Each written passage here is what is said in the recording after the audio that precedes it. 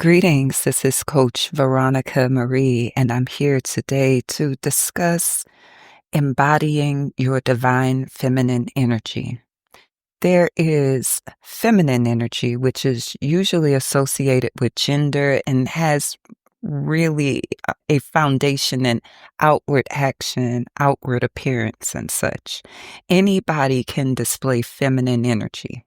When we talk about divine feminine energy, what we are coming away from is this idea that the energy has a look or a certain posture or certain body movements or is belonging to some gender. And we're putting this energy in the perspective of spirit, the divine spirit that created all things, the divine spirit that resides within all of us, male, female, and all other genders included. When I'm talking about divine feminine energy, I am talking about energies that include invitation, allowance, allure, sensuality, pleasure, seduction, nurturing, energies like this that both male, female, and all other genders can embody. We need to embody divine feminine energy for balance, right? And so I want to discuss how to embody divine feminine energy. One of the biggest hindrances of divine feminine embodiment is the need to control. The next one is people pleasing, needing to be seen a certain way. And in order to truly embody the divine, we have to get into the character of the divine. The divine is not concerned with what other people think. The divine is in a process. The divine is not struggling or grappling for control. The divine is the creator and creatress of this reality and those that we have yet to discover or know. So what we need to do in order to embody this divine energy is begin to work on the release of the need to control. And even people pleasing is a need to control. You want to control how people see you, how people feel, and such.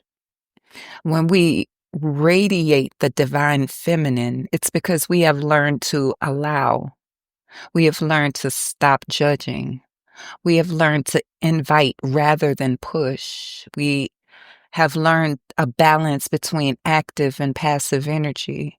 We come away from forcing and performance and competition.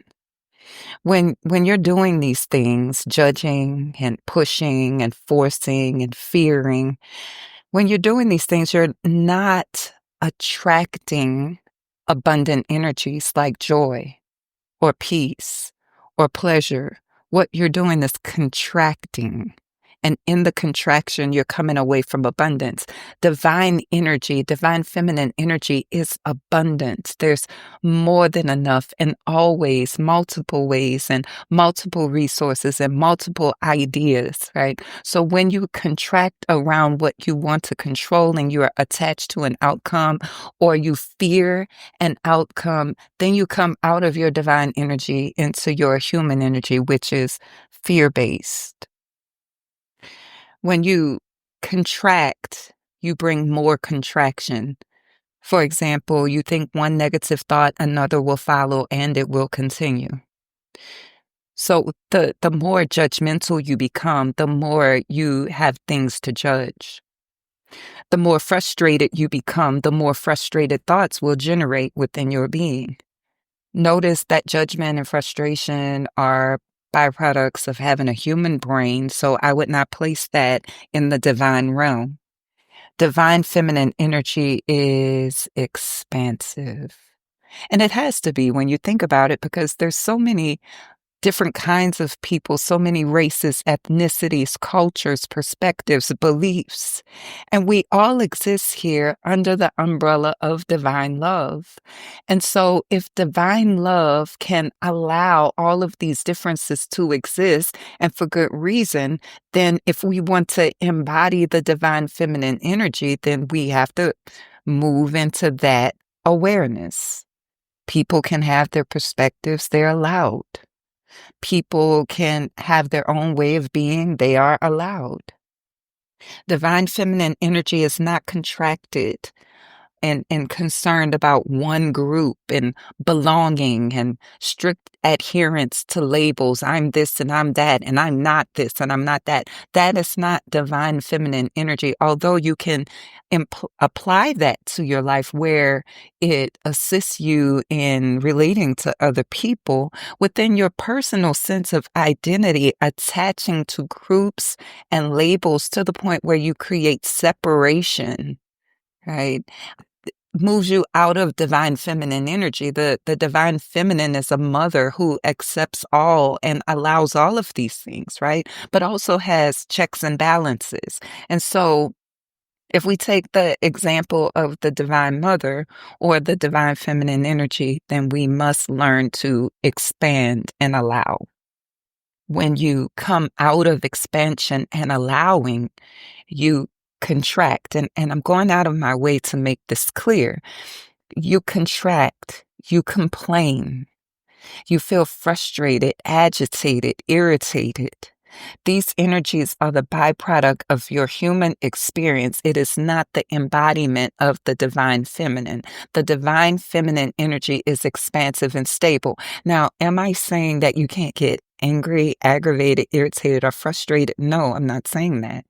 What I am saying, though, is when that happens, we have the tools or need the tools to self-reflect and find out, where am I creating a contracted reality? Where am I not navigating according to universal truth?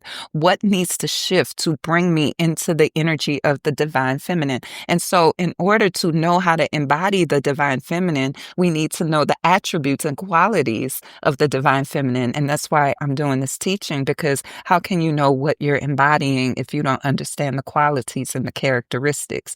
So, for example, where judgment is concerned, when you think people should know something or should be doing something that they're not, or should not be doing something that they're doing, and you bring an energy of irritation and judgment within your system, you are moving in your human energy, right? And we are human, and so it's okay to experience that. And we need to experience what we think about the world around us, because it helps us to align with people who have similar ideas. It helps us to shift when we realize that what is being reflected back to us is not really what we want to be or energy we want to radiate. So we do need judgment, but when the judgment is not assisting us in evolution, in expansion, then I would say it's time to reflect. Is this judgment beneficial? Is it creating more separateness? Is it creating more contraction within me?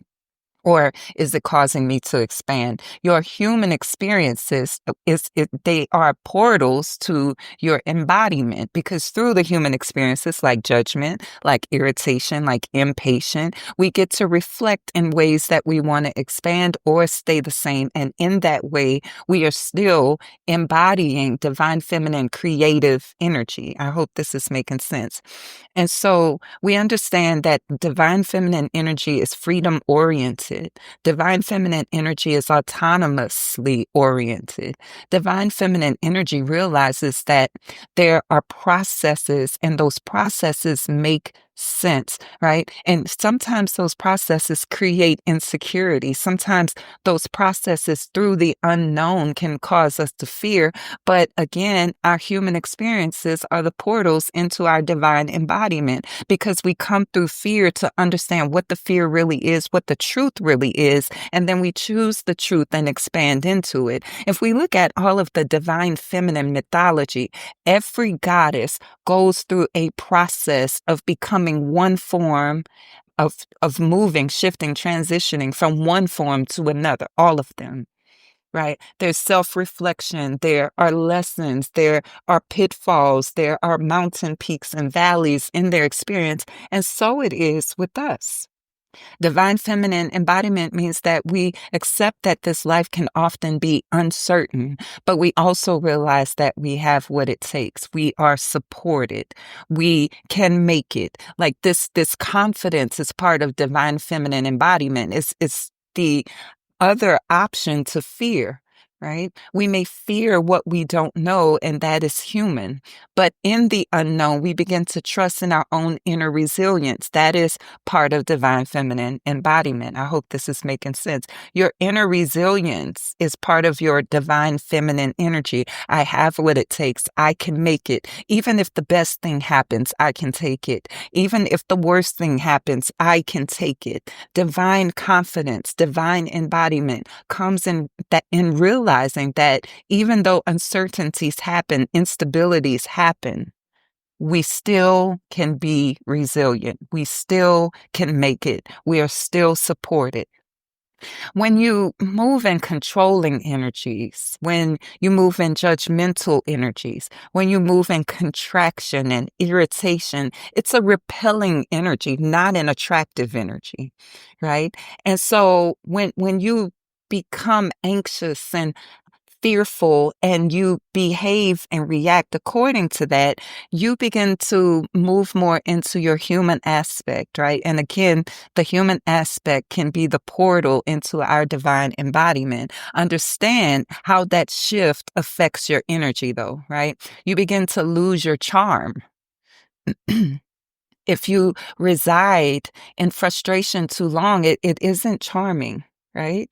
You lose your appeal, you contract, you lose the mystery, and you move into these energies that are a transitory state. It's a transition state. You're never meant to stay in transition, right? So when you come out of the transition, you emerge evolved. You emerge with elevated perspectives. You emerge ascension minded, and that is where your appeal comes in. That's when the freedom loving aspect of your soul becomes so appealing to others. That's when your pleasure comes through. So again, I don't want to give this impression that you need to always be confident and you need to never fear. And I want you to understand that this is human. We are both human and divine. And so what I wish to convey is that there's a difference between your human experience and your divine embodiment. And the human experience can pave the way to the divine embodiment if you don't get in a holding pattern with your human fears or your human concerns and uncertainties. In order to radiate this divine feminine energy, you have to learn to move through your human transitions and not get stuck there. A lot of people who have experienced trauma, very painful experience and such, where there's unresolved energy, will experience some difficulty radiating divine feminine energy because parts of them is stuck in painful, contracted human memory. So in order to embody divine feminine energy where the past is related when it's been painful requires some healing, some resolution. And I'll do another teaching on healing with the divine feminine. But for now, understand that sometimes people are not embodying divine feminine energy because their past has affected how they move in this life. They may feel fearful.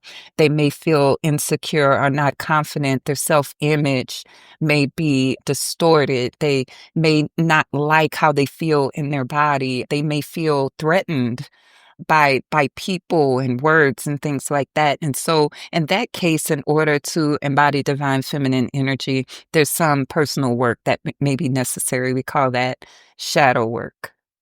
So again, to radiate this divine feminine energy, you're going to have to learn how to transition between your human realm and the divine realm, right? You don't have to spend the majority of time in either one, but you need to be fluid and move accordingly and not get held in a holding pattern in just the human energy. And I want you to understand also that divine feminine energy is not really about being the bigger person.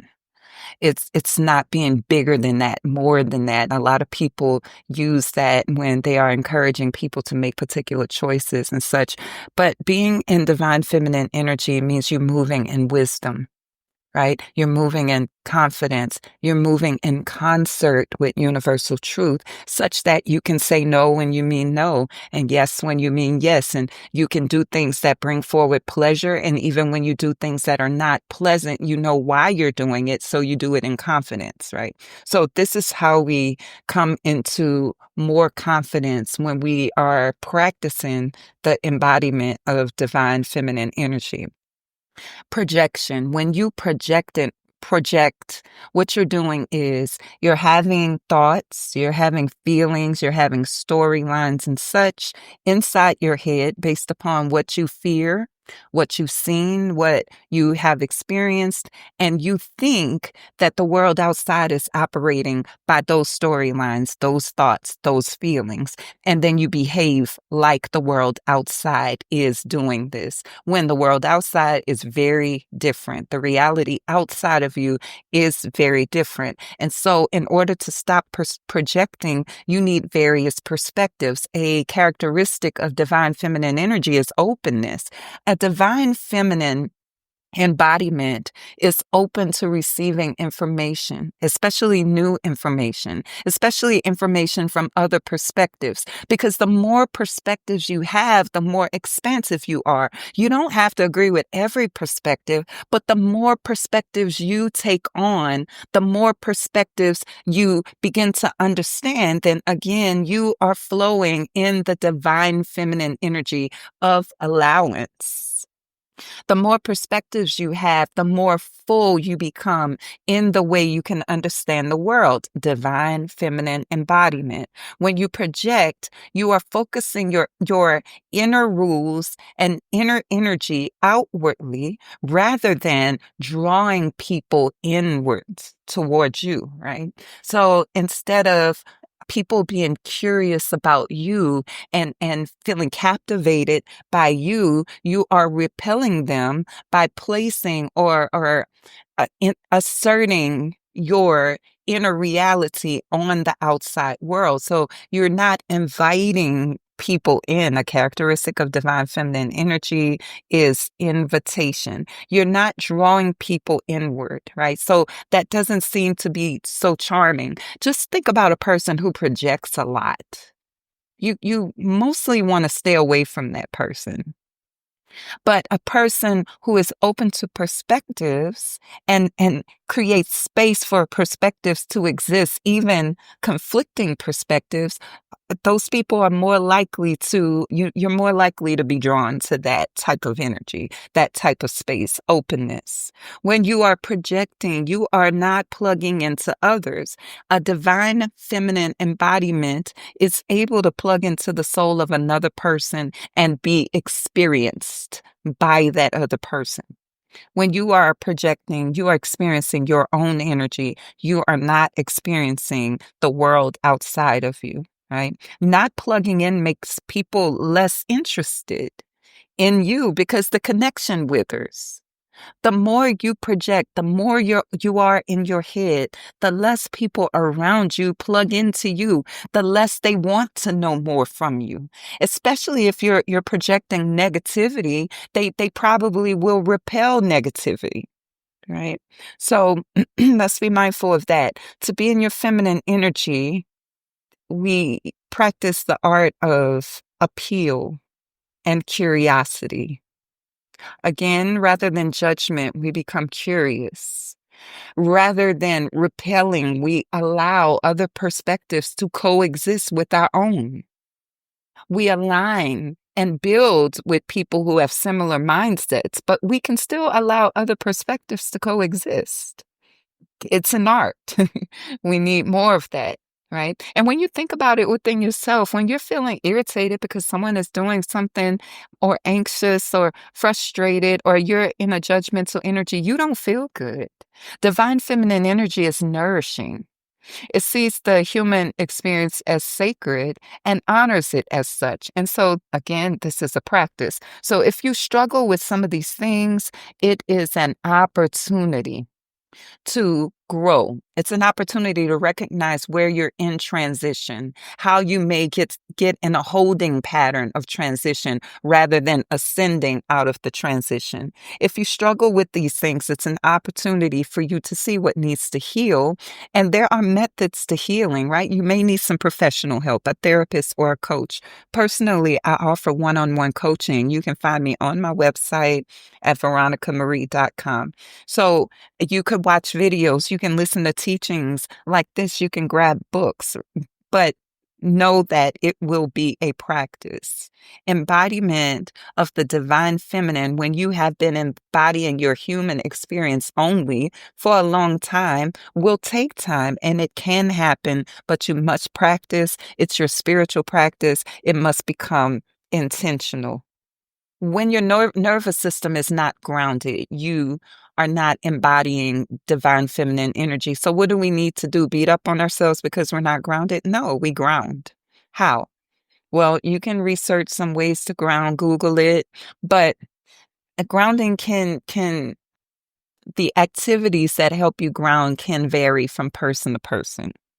So I suggest you do a little bit of research on grounding, what it is and how you can do more of it in your life. But when your nervous system is not grounded, you feel contracted, you feel anxious, you feel on edge. When you are experiencing these things, when you're bracing and looking out, when you're experiencing these things, then you cannot come into the energy of flow and allowance and pleasure and relaxation and joy, all of which are attributes of divine feminine energy. And so it is to your benefit to ground. Right? Grounding helps you embody. If you have experienced a trauma, emotional pain situations that cause you to get triggered, then it's an opportunity to do some personal work of healing. Because if you're living in a survival energy, then you cannot embody your divine feminine energy. At best, you're going to have to put on a persona. And what I'm talking about right now isn't a persona. It's a practice and embodiment. A persona is like a coat. You put it on and you take it off.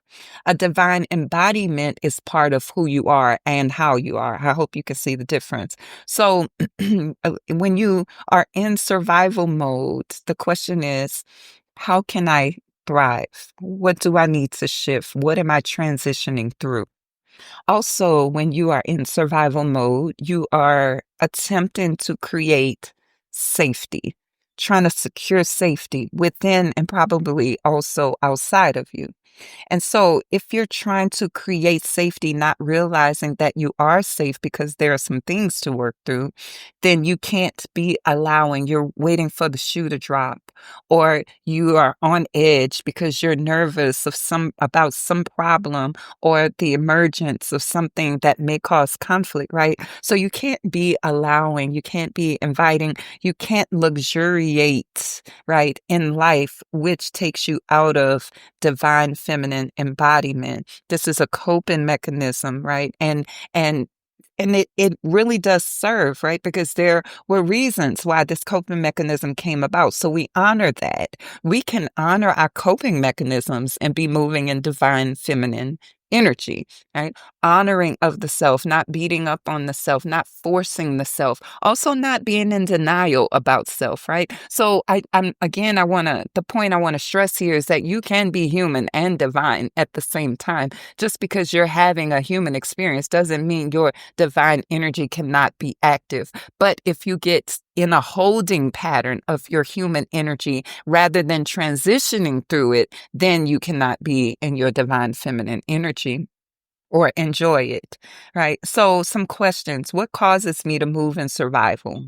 Where did that come from? What do I need to shift? How am I different now? How am I safer now? How is my life different? You need to know this, right? Because part of the reason that self inside still wants to keep you safe is because that self is not conscious. It's an energy, it's a memory of the past. So that self can't assess and say, hey, I'm safe now. I don't need to activate. Your conscious mind needs to do that, right? So what causes you to move into survival? What causes causes you to feel unstable? What needs to shift? How are you different now versus back then? Right? Softening your nervous system, softening your thoughts, softening your reactions will help you embody your divine feminine energy because it helps you to be open. If you are chronically hardened and contracted, then your nervous system is riled up all the time. Your nervous system, that's why you can point out different negative energies in people and you talk about it and complain about it and you see it and it's in your world every single day. And when you are focused on that, then you can't see the beauty and the pleasure, or you have to snatch yourself out and then fight not going back into negativity, you see. So when you're in your divine feminine embodiment, you are practicing seeing beauty. You're placing a higher priority on beauty and joy and allowance. It's not that other things don't exist. It's just that you're not giving most of your energy to it, right? So think about your life every day. What do you usually complain about? How do you usually contract? And what needs to shift to bring you into more allowance so that you can have more space for things you actually enjoy? Just recapping. Or retouching rather, confidence, right? You don't have confidence in the outcome a lot of times, but you can have confidence in your own resilience. Look back in your past and see all the things that you have overcome, right? That's when you fill up on your superpower. Your superpower could be resilience. Your superpower can be strength. Your superpower can be anything that caused you to triumph over hardship in the past. You need to bring that into every present moment. Yes, there are uncertainties. Yes, there are spaces where we don't know what can take place. But yes, also we have our superpower. What is your superpower? What has gotten you through your past? Your determination, your perseverance, your ability to shift, your ability to make something out of nothing. Question, what is your superpower? Right? Because we can become so focused on our weaknesses that we forget that we have some superpowers. We need to look at those as well. And so I could go on and on for hours about this topic, but I hope that something I said today will help you in your divine feminine embodiment practice. I just opened a group on Facebook called the Divine Feminine Project, and there I am researching and logging some of my experience and my knowledge as I write my next book called Embodying the Dark Divine Feminine, and that's another topic for another day. You can reach me on my website at veronicamarie.com if you need one-on-one coaching or couples coaching, because I love helping people save their relationship. I love helping people live a healthier and a happier life. If that's you, reach out to me on my website. Also, please do consider following me on YouTube and even subscribing to this podcast, which is live on Apple Podcasts, Spotify, Podbean, and YouTube podcasts. Okay, so I have a lot more to say about this. I'm going to come back and talk about more of it. Please feel free to leave a comment, ask questions, and I'll make sure to answer them. Bye for now.